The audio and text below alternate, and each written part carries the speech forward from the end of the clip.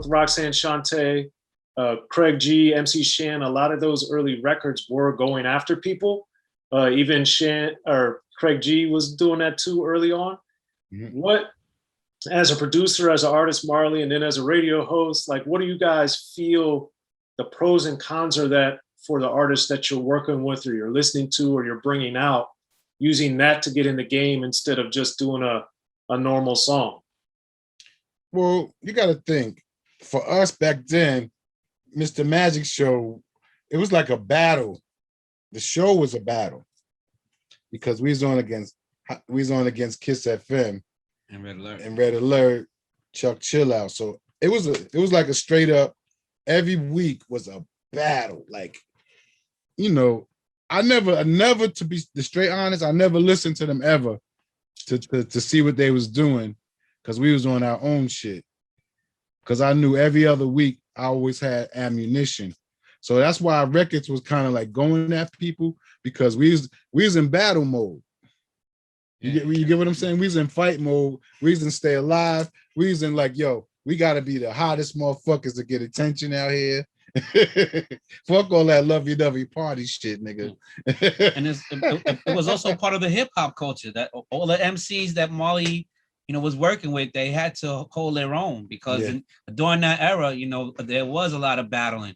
Mm-hmm. And all the way from Kane to Kool G Rap to Craig G. I mean, a lot of them are battle tested before they got to Marley. That's why the Juice Crew is so great, because everybody separately will wax that ass. Yeah. And you know it. So you're gonna just everybody's dope. But you know, everybody individually, even down to Master Ace, will wax that ass. Yeah. Individually. And in our first episode with Shan, we discussed the battles and how he felt about the battles. And you know, he let out a few gems that most people won't be aware of. But because a lot of people went at Shan, and Shan was like one of the first people in the Juice Crew. Well, I mean, it started with Shante. Actually started with Dimples D. With Dimples D. Oh, Sucker DJs. Right. So Marley was already on that. Right. From jump. Yeah, that's right. You know, Sucker DJs. And I'm glad you brought up Dimples D, Marley, because the thing that was amazing to me about that, especially at the time, was having a woman go against men was also crazy. So what gave you and Dimples D, and even I know Shan drew some inspiration from that later, or even Marley Marl Scratch or whatever, but what gave you guys the, hey, we're just gonna go out after these dudes with a woman? Well, it was just a dub plate. It was like a dub plate I was making myself, and people heard it, and it became a record. I didn't shop that to Arthur Baker. I was trying to play him my electronic beats. And he heard like 10 seconds of that and like, yo, stop. What's that? I was like, nah, man, some shit I made in my house on my 4-track. That ain't nothing. He's like, no, let me hear it. I was like, come on, man. And I played it. He's like, y'all could put that out, man. And the rest is history. And here I go into hip hop. Yes. And speaking of Shan, I remember too, when I started learning whose people were by their names and stuff, that he co-wrote, or at least is credited for Take Your Radio with Steady B. So, So what do you remember about that session, and what did Shan help write or do on that record? He basically wrote the whole joint.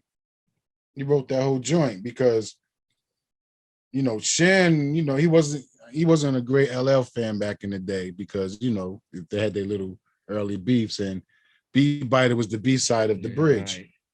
And the beef shifted over to KRS-One miraculously. It didn't stay at LL. But the beef shifted. Like, oh no, that's the beef over there. You know, give them a deal. You know, like, let them be the people that fight. Yeah. Yeah. And then did it ever come up with you and LL, the Take Your Radio, when you worked with him later? Nah, you know, to be honest, you know, me and LL, we didn't really get along because of music early in the beginning. You know what I'm saying? But as we know, the funny thing, you know, one day we started talking and chilling. Then I realized that my father's sister raised his wife.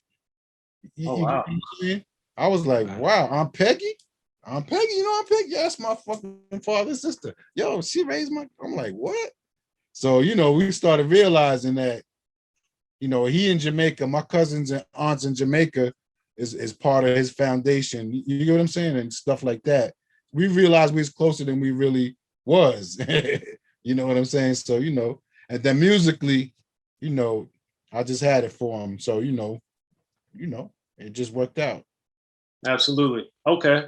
And then with Steady B, and since you guys were going back and forth to Philly and everything, especially in this mid 80s era, Steady B obviously, unfortunately, did his criminal side of things. But way before that, I always thought he was super great, super consistent, putting out an album every year, Jive Records. He was breaking through. So for you as a producer and somebody that saw him even before he got as big as he ended up being, what did you see? You've been around so many great artists. What did you see that was great about Steady B? I saw that he was I think he was somebody's nephew. I think he was Lawrence and them nephew or something like that. So, yeah, I think, that's what like, yo, and the funny thing, like the youngsters and Steady B and them, they was always hanging around. So anytime we go out there, we'd be seeing them. They like, yo, be in the house or whatever. Yo, my nephew's doing this. Check him out. Oh, that nigga's dope. Yo, I'm taking my nephew in the studio. Blah, blah, blah. So they was always family. Like the kids was always there because, it was like, that's how it was. We was doing business with them, but we was always going to the house, seeing the family, seeing the kids, seeing the so-and-so. So I seen Steady B grow up. I seen the youngsters grow up. You get what I'm saying? Because they was always hanging around some way every time we went out there. Gotcha. So always like, a family thing. So, Steady B, he just, I saw that he had a tone with his voice. He was similar to Shan. He had like a certain tone to his voice where everybody couldn't really do that.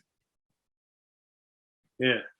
And he was like just straight up just a rhymer, man. And that's something that he didn't, other than I would argue, Take Your Radio, he didn't come in with a lot of these gimmicks like a lot of dudes did. He just came in, I'm a rapper, Why too?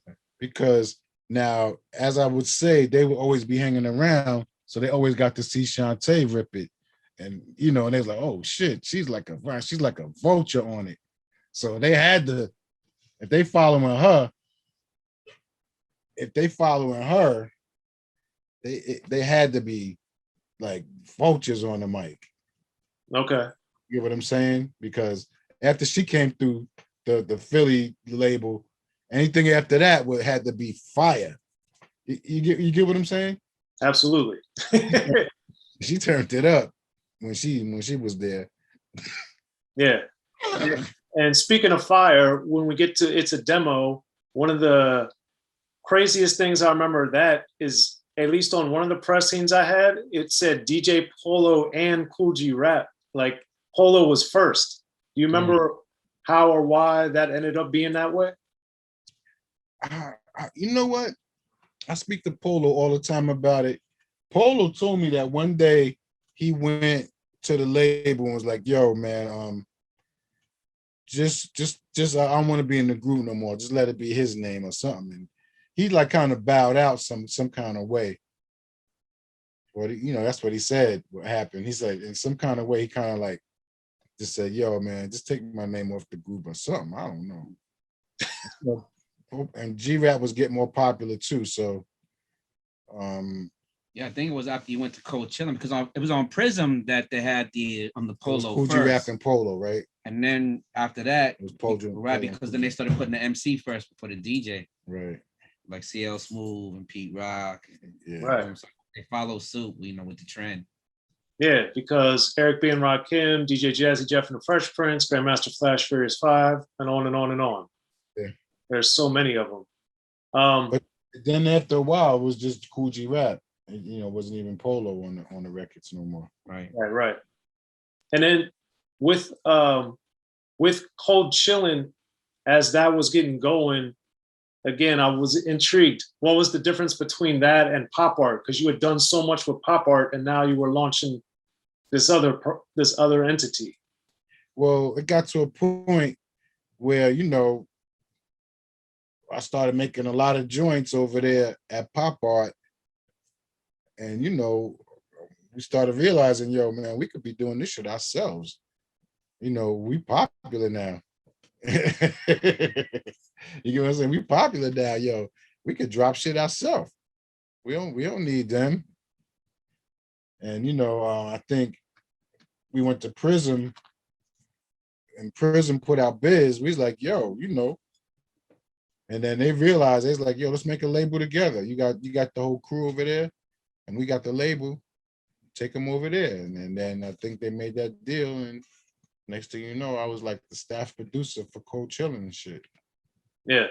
So given that this is around the 86 era, I want you guys both to speak on from your own experiences. Because for me, rap was young, I was young, but I don't know why, but I did pay attention to what label it was coming from. So for both of you guys, what was your experience with like looking at records early on? And was that something you looked at, or were you looking more like who wrote it, who produced it, just the artist? Hold up, man. Let me start this off. Straight out. I was one of the people that thought rap wasn't going nowhere when it first came out. I was like, that shit ain't going nowhere. Really? Wow. Because it was like bands trying to replay break beats. It wasn't tight. So you weren't feeling the early records where they were playing live musicians. No, I wasn't feeling that shit. And I doubt everybody else really was, that really liked rap, that, you know, that grew up off the tapes that was coming out of Harlem and the Bronx with the echo and the scratching and the fucking, ooh. That's what I had to do. I had to bring that shit into the fucking fold. But that's what was missing. That's why when I came out and started sampling and putting elements of that back into the music, that we fell and made us fall in love with rap. 2 turntables. Yeah.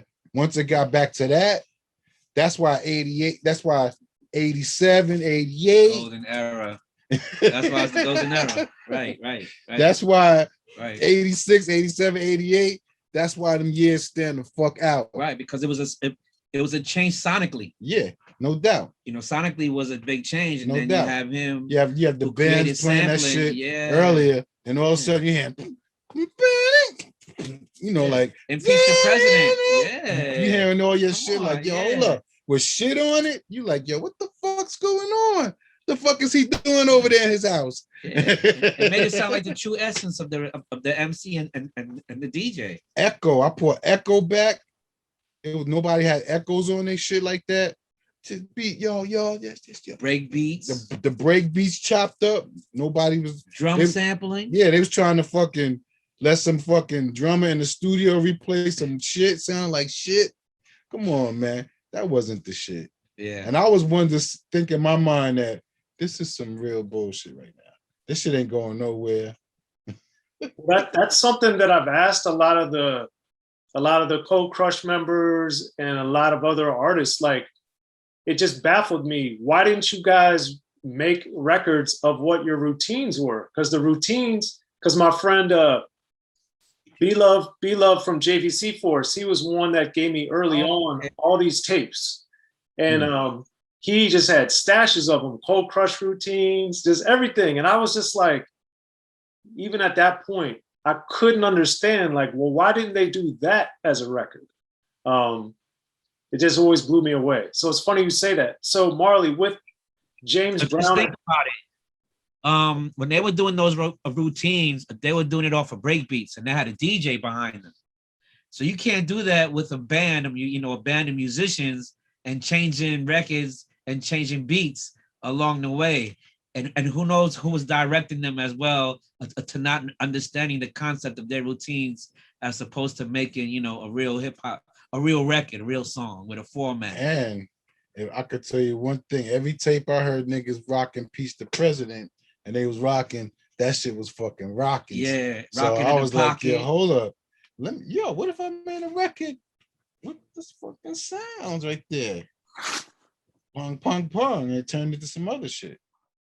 Be sure to check out the history of gangster rap by Soren Baker. He's official. History of Gangster Rap features exclusive interviews with Ice-T, Snoop Dogg, MC Ren, the D.O.C, and dozens of others. The History of Gangster Rap, a definitive look at how Los Angeles changed rap forever. In Los Angeles, the streets definitely set the tone of the hip-hop music. At 19, I got a $50,000 car. My whole angle always was, I'll be street, but I will always tell you the horrors that go along with this life. There will be penalties and casualties for just wearing the wrong color in somebody's neighborhood. And once gangster rap made it from the streets to the TV, the genre exploded.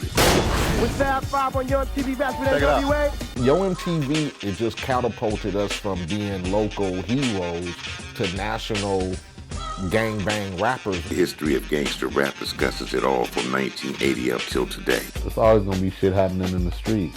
You know what I mean? So it's always gonna be something to talk about. The History of Gangster Rap in stores now.